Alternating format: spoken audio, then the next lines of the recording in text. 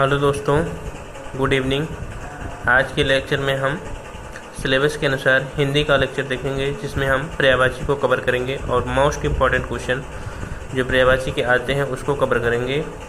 यदि आप लोगों को ये वीडियो अच्छा लगता है और आपके लिए हेल्पफुल है तो कृपया करके आप इस वीडियो को ज़्यादा से ज़्यादा शेयर करें, लाइक करें, कमेंट करें। तो चलिए आज के वीडियो में हम पर्यायवाची स्टार्ट करेंगे, पर्यायवाची के बारे में देखेंगे। तो चलिए स्टार्ट करते हैं फर्स्ट से। तो फर्स्ट हम देखेंगे गधे की पर्यायवाची, गधा। तो गधे को क्या क्या कहा जाता है उसके बारे में देखेंगे। तो आइए देखते हैं। तो गधे को एक खर कहा जाता है, ठीक।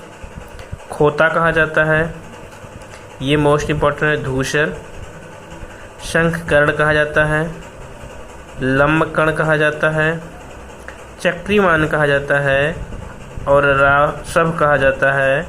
इसके आगे देखें तो कहते हैं वैशाख नंदन, ठीक, ये इम्पोर्टेंट है। वेसर कहा जाता है और शीतल वाहन कहा जाता है, ठीक। तो ये सब किसके पर्यायवाची हैं? ये सब है गधे के पर्यायवाची।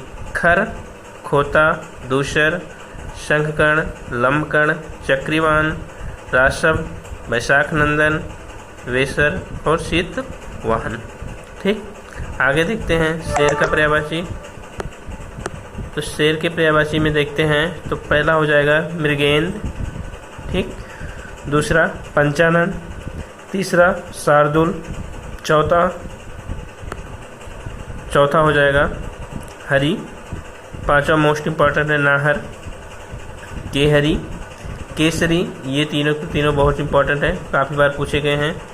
इसके आगे देखते हैं तो कहते हैं मृगपति, मृगपति कहते हैं, मृगराय कहते हैं, पंचमुख कहते हैं, पशुराज कहते हैं, वन का राजा वनराज कहते हैं, केसी कहते हैं, ललित कहते हैं और महावीर कहते हैं, ठीक।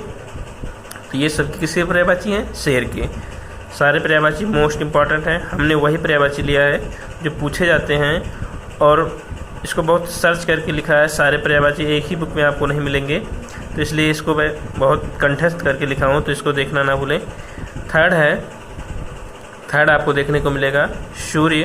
तो सूर्य को क्या कहते हैं? पतंग कहा जाता है, अर्क कहा जाता है, हंस कहा जाता है, सविता कहा जाता है सूर्य को, प्रभाकर कहा जाता है, भानु कहा जाता है, भास्कर कहा जाता है, मार्तंड कहा जाता है। इसके आगे देखते हैं तो कहा जाता है अंशुमाली कहा जाता है, अंशुमाली। तरड़ी कहा जाता है, दिनमणि कहा जाता है, तेजो राशि कहा जाता है और मरीच कहा जाता है, ठीक। तो ये किसके पर्यायवाची हैं? सूर्य के पर्यायवाची हैं।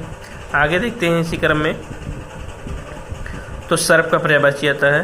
तो सर्प को क्या कहा जाता है? उरग कहा जाता है, भुजंग कहा जाता है, अहि कहा जाता है, काकोदर कहा जाता है, मोस्ट इम्पॉर्टेंट है ये काकोदर, व्याल कहा जाता है, पनग कहा जाता है और पवनासन कहा जाता है, ठीक।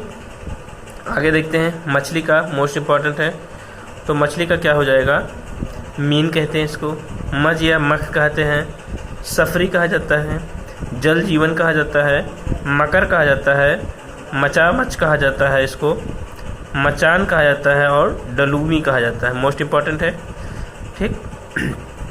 आगे समुद्र को देखते हैं। तो समुद्र में जैसे जल या कमल का देखते हैं, तो जिसमें बादल का देखते हैं, तो जिसमें धी लग जाता है, जैसे जलधि, नीरधि, पयोधि, तो ये समुद्र के पर्यायवाची हो जाते हैं। और इसी क्रम में आगे देखते हैं जलधाम, नदीस, अरडो मोस्ट इम्पॉर्टेंट है, वारिस मोस्ट इम्पॉर्टेंट है, पारावर मोस्ट इम्पॉर्टेंट है, रत्नाकर, अकुपाद और सिंधु। तो ये किसकी पर्यायवाची हो गए? ये हो गए आपके समुद्र की पर्यायवाची। आगे देखते हैं आकाश की पर्यायवाची। तो आकाश को क्या क्या कहा जाता है? तो आकाश को कहा जाता है, आकाश को कहते हैं हम लोग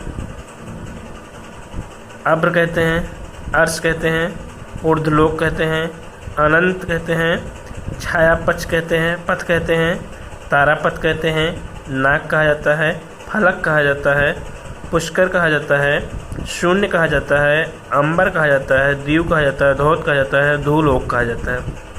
ये किसकी पर्यायवाची हो गई? आकाश के, जो कि बहुत ज़्यादा इम्पोर्टेंट है। आगे देखते हैं इसी क्रम में, तो गंगा का पर्यायवाची आ जाता है। तो गंगा का पर्यायवाची देखते हैं, जिसको कहा जाता है मंदाकिनी, देवनदी, विष्णुपदी, ध्रुवनंदा, जाह्नवी, सुरसरी, त्रिपथगंगा। आगे देखते हैं तो आ जाएगा त्रिपथ गंगा, त्रिपथगंगा, नदेश्वरी, स्वर्णपगा, सुरध्वनि और सुरधुनी। ठीक, आगे मोस्ट इंपॉर्टेंट देखते हैं बिजली का। तो बिजली का पर्यायवाची हो जाएगा, आपको देखने को मिलेगा, तो बिजली का हो जाएगा सती, धनप्रिया, चंचला, सौदामिनी इम्पॉर्टेंट है, वज्र, एरावती, कुलिस, बिजुरी, क्षणप्रभा इम्पॉर्टेंट है, धनपल्ली और साया। तो ये सारे हो गए बिजली के पर्यायवाची, जिसमें क्षणप्रभा और धनपल्ली मोस्ट इंपॉर्टेंट। आगे देखते हैं तो आगे यमुना का पर्यायवाची हम देखते हैं। तो यमुना का पर्यायवाची हो जाएगा रवितनया, कालगंगा, सूर्यसुता, सूर्य से रिलेटेड, सूर्यसुता, भानुजा, कृष्णा इम्पॉर्टेंट है, अर्कजा इम्पॉर्टेंट है, तरुणितनुजा, रवितनया, अर्कसुता, कालिंदी इम्पॉर्टेंट है और यमभगनी इम्पॉर्टेंट है। कमल का देखते हैं तो कमल का इम्पॉर्टेंट आता है शतदल, सरसीज, राजीव, नलिनी, पुष्कर, कंज। ठीक, तामरस, वनज, उत्पल इम्पॉर्टेंट है, इंद्रिवर, महोत्पल, अब्ज, कोकनद, किंजल्क, पाथोज, सरोह ये इम्पॉर्टेंट है, पुष्केश, कुलय, सतपत्र और मकरंद, साथ में अरविंद, पुंडरिक, ये भी सब कमल के पर्यायवाची हैं। आगे देखते हैं बादल के पर्यायवाची। तो बादल को कहते हैं अब्र कहते हैं, घर कहते हैं, धर कहते हैं, जलधर कहते हैं, बलाधर कहते हैं, पर जन्न कहते हैं, सारंग कहते हैं, मोस्ट इंपॉर्टेंट जीमूति कहते हैं, जगजीवन कहते हैं, वैरिवाह कहते हैं और घन कहते हैं। ठीक, आगे इसी क्रम में देखते हैं जंगल का पर्यायवाची। अक्ष कहते हैं, विपिन कहते हैं, विटो कहते हैं इम्पोर्टेंट, कांतार इम्पोर्टेंट, कानन, अरंड और गहन। ठीक, तो ये दोनों इम्पोर्टेंट हैं। आगे देखते हैं किरण का। तो रश्मि कहते हैं, मयूख कहते हैं, प्रभा कहते हैं, चंद्रिका कहते हैं, मरीच कहते हैं, अंश कहते हैं और अर्ची कहते हैं। ठीक, तो ये हो गया आपका किरण का। आगे मेढक का पर्यायवाची देखते हैं। तो शार्दुल, दरदुर और वर्षा प्रिय, वेखा और सालू। तो आज का लेक्चर यहीं तक देखते हैं।